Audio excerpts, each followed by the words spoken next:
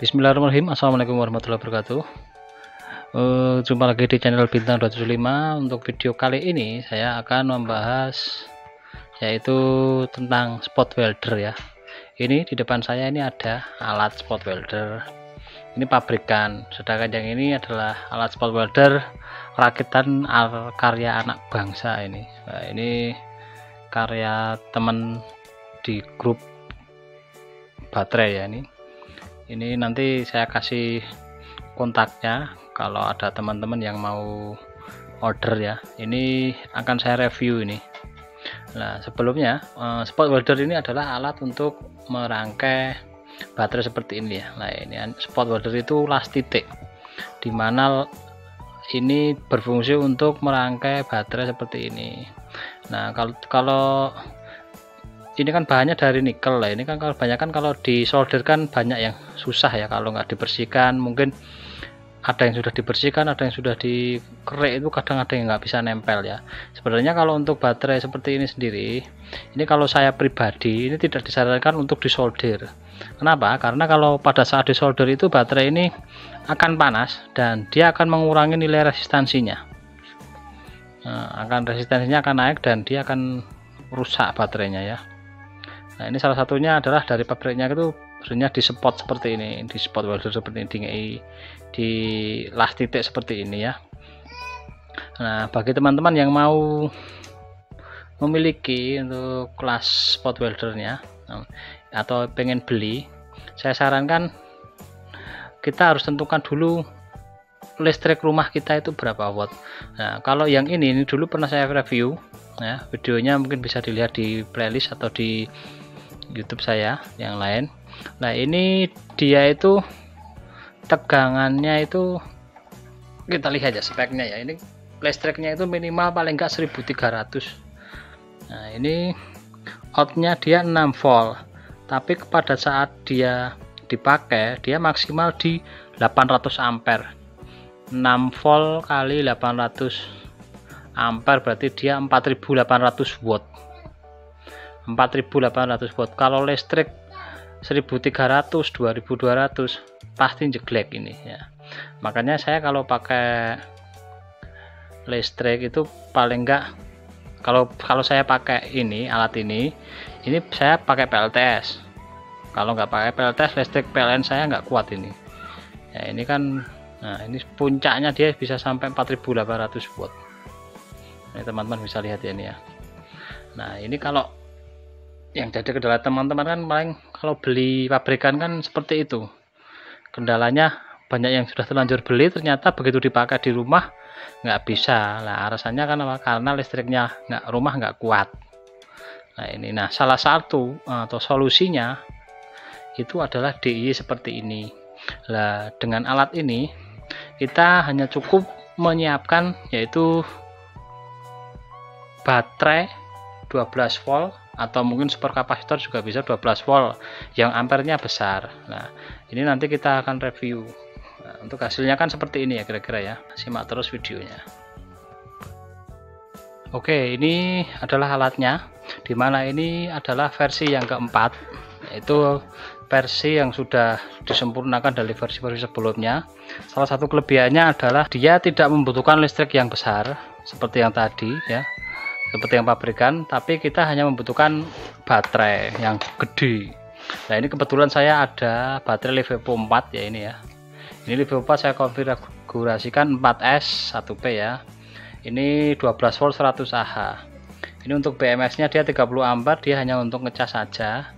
Untuk jalurnya saya ambil langsung dari baterai karena nanti dia membutuhkan arus yang besar. Dia keluar dari sini ya. Ini kita buat suplainya nanti. Terus ini adalah alatnya.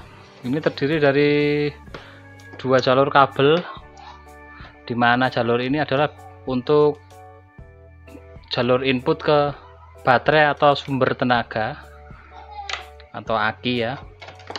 Terus yang ini adalah pennya, pen untuk menyepot tadi nanti ini ya. Ini adalah dua. Terus salah satu kelebihannya dia adalah reverse polaritas, artinya dia ketika disambungkan kita salah polaritas, salah min sama plusnya, ini tidak bermasalah atau aman. Oke, kita langsung saja kita coba ya, teman-teman bisa lihat di sini displaynya. Ini kan harusnya di yang minus, ini yang plus. Nah, ini sudah nempel, kita on kan. Nah, displaynya seperti ini. Nah, kurang lebih seperti ini ya. Nanti kita zoom di sini untuk settingannya. Terus fiturnya yaitu dia reverse polaritas. Jadi ketika kita kebalik, maka buzzernya di sini dia akan bunyi memberitahukan bahwa polaritasnya terbalik. Seperti ini kira-kira. Nah, dengar ya. Itu artinya polaritasnya terbalik. Jadi ini alat sudah dilengkapi dengan proteksi, dan insya Allah aman ya. Ini langsung kita sambungkan saja untuk jalur pengkabelannya ya. Nah, ini untuk jalur ke baterai atau ke aki, yang ini untuk jalur ke spannya untuk buat nyepot nanti ya. Ini kita lihat untuk settingannya seperti apa. Nah, ini adalah posisi ini tombol on off nya, kita on kan. Nah, ini terbaca untuk tegangan dia di 13,3 volt untuk baterainya. Ini X nya itu adalah jumlah berapa kali kita nyepot ya. Nah, kurang lebih seperti ini. Nah, dia terbaca 1 kali. Nah, dia 2 kali. Begitu juga seterusnya. Terus ketika kita pencet tombol ini, ada tulisan ngopi bro, ini di pause. Kita kalau sudah posisi pause seperti ini, dia nggak akan konslet, jadi aman. Meskipun gato di body, di ini juga nggak akan berbunyi. Nah, untuk settingannya, dimana ini adalah 700 milisecond, ini adalah ini ya, kita masuk menunya di sini ya, terus kita putar ke kanan pelan. Nah, ini set pen delay. Set pen delay ini maksudnya seperti apa? Kita oke lagi. Nah, kita set di berapa milisecond.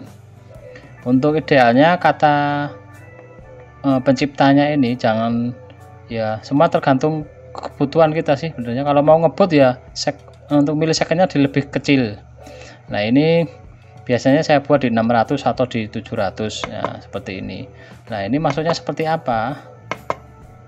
Ini kita balikan lagi ya. Nah, ini 100 ya. 100 milisecond itu berarti ketika kita nempel seperti ini ya, kita nempelkan, maka kita setelah 100 milisecond baru bunyi. Nah, kurang lebih seperti itu ya. Kalau 100 milisecond itu terlalu cepat, biasanya setting di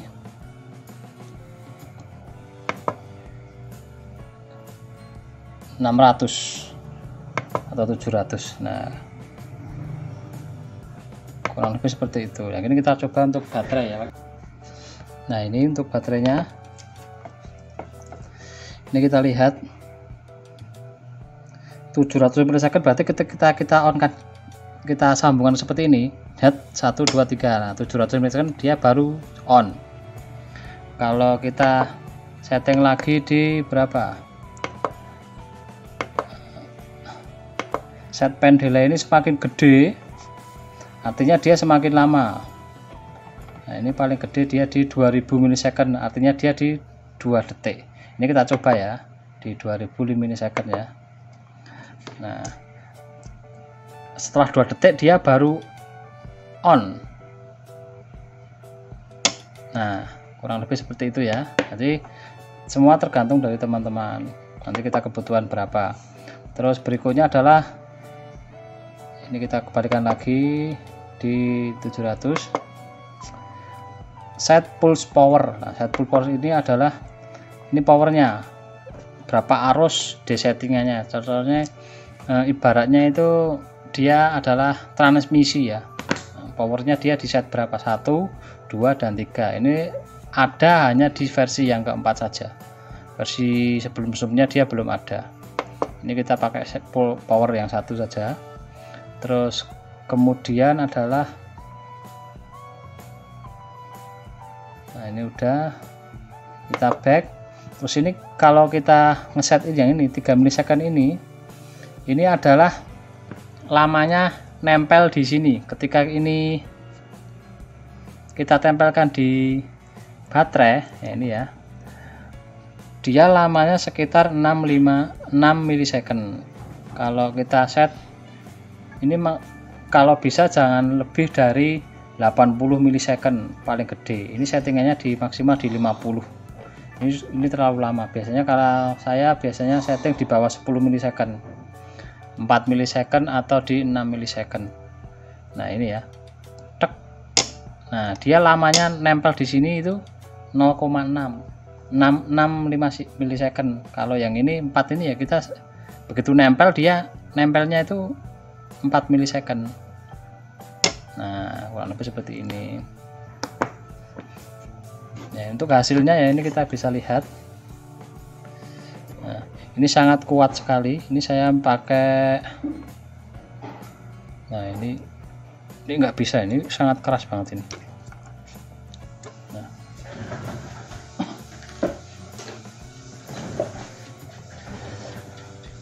Nah, ini saya pakai plat nikel ukuran 0, nah ini sangat keras banget. Ini sama pabrikan, saya kan biasa merotoli baterai itu ya. Ini sangat keras ini. Yang jelas ini sebelum kita nyepot kita pastikan ini rata. Ini kita pastikan rata agar tidak terjadi percikan atau kembang api yang besar. Terus untuk ukuran atau untuk settingan ini, kalau sekiranya kurang menempel kita bisa tambahkan untuk, nah untuk milisecondnya ini kita tambahkan lagi ke gede biar nanti nempelnya juga semakin lama, berarti semakin rekat ya. Ini kita coba untuk ukuran yang 0,2 mili, apakah dia kuat. 0,2 mili itu dia tebal banget. Ini kita coba, kita set di 20 milisecond dulu.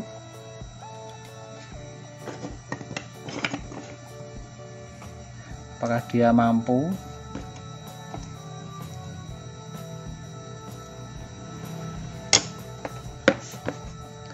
Nah dia mampu, dia juga sangat keras ya. Nah ini kurang kencang, berarti kita tambahin lagi. Ini kita paling enggak di langsung 30 ya, kita coba ya.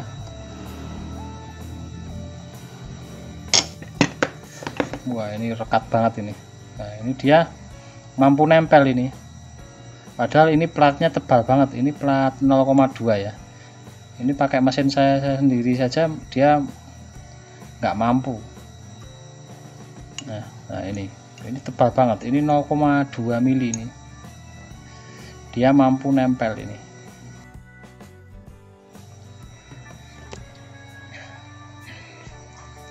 Nah untuk hasilnya kurang lebih seperti ini. Ini menggunakan plat nikel ukuran 0,1 mili. Hasilnya seperti ini. Dia pun juga nggak gosong atau sudah pas, nggak ada yang gosong, juga rekat erat. Ini ukuran 0,1 mili. Nah, ini nanti untuk giveaway ya, ini sudah saya siapkan ini. Nah ini adalah hasil untuk spotnya, dia di 0,2 mili, pakai plat 0,2 mili. Dia udah rekat banget dan juga nggak gosong. Hasilnya seperti ini kurang lebih. Nah ini bagus banget ini.